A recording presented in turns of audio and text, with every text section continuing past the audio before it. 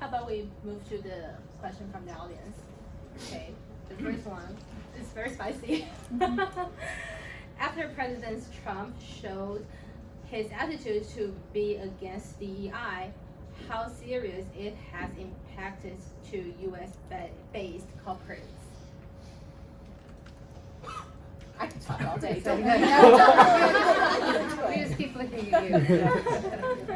Well, I can tell you as someone who's been a chief diversity officer, even before this, like we can blame it on Trump, even before this work has been under attack, right? So this is just a person who has the soapbox to get people to hear those opinions. So this has been under attack because I think of the threat to power. Like whenever you're trying to change access, whenever you're trying to make sure that people have the right to promotions or the right to apply for jobs, or the right to be seen as an equal, it means that to the person who has had the privilege of getting those things automatically, that you might be taking something away from them.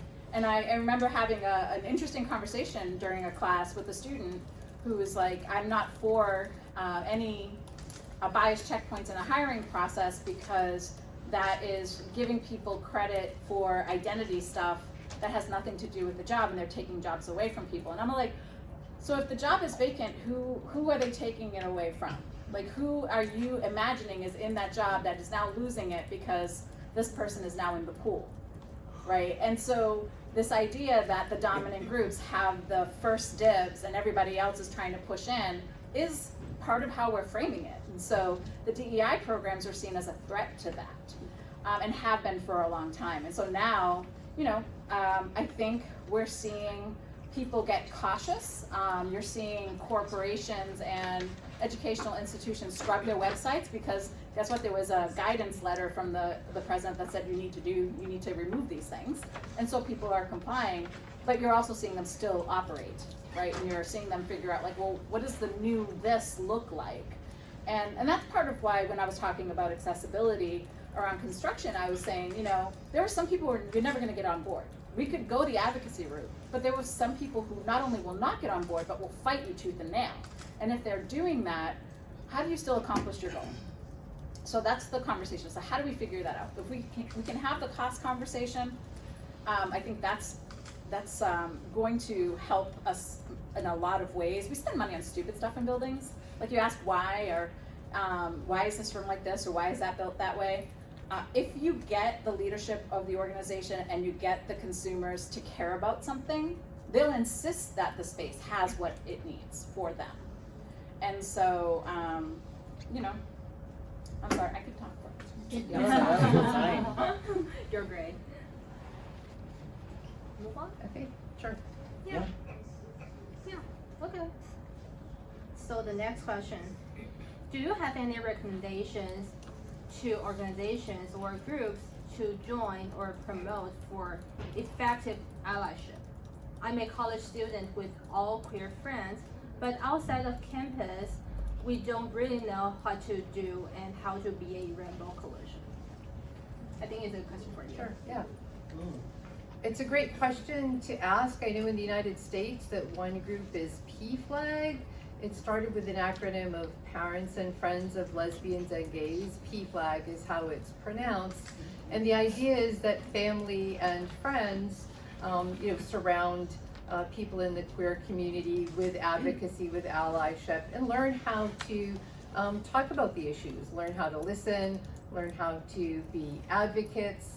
And also in some schools or workplaces, sometimes there are PFLAG type affinity groups where you can go as a straight ally or as a person who doesn't feel safe to be out just yet, because it's a space of allyship and we're not kind of quizzing what's your identity when you show up in those spaces. So I think those are really important spaces. It's true that universities often are a good place to start your activism and advocacy, but there are spaces like that. I think city level governments often have them too, rainbow spaces.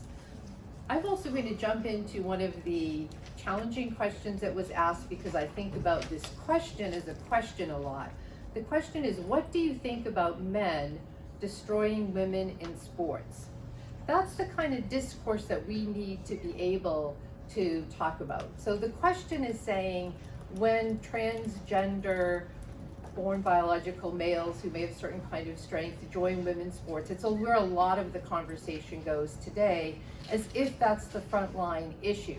So there are 510,000 people who play sports in college, and the latest survey says that 10 are trans. Now it's true some are very visible in the public media, but that's less than 0.002%.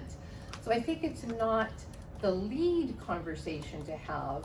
However, this phrasing, men destroying women in sports, does bring up issues that I think we should be looking at, like sexual harassment by coaches, by other people. Sexual harassment reports into university offices are huge and numerous. I think we also want to be looking at issues of spending. So when we destroy Title IX legislation, which we're about to do, women's sports have much less spent on them. They have less nice locker rooms. So if we're looking at some of these questions about why not making nice, same-sex, sex-segregated spaces for women, the locker rooms for many women's sports are poorly maintained, smaller, and less good. So if you want to really talk about these issues in gender equity, I think let's talk about, why are we spending 70 cents to the dollar on women's sports? Why are men in US sports able to use name, image, likeness funding to get really big deals as athlete scholars, and women usually can't? So let's preserve Title IX, and if you want to protect women and girls in sports, let's keep Title IX legislation and anti-harassment legislation strong and robust. Keep the spotlight where it belongs if you're an ally of women in sports. Mm-hmm.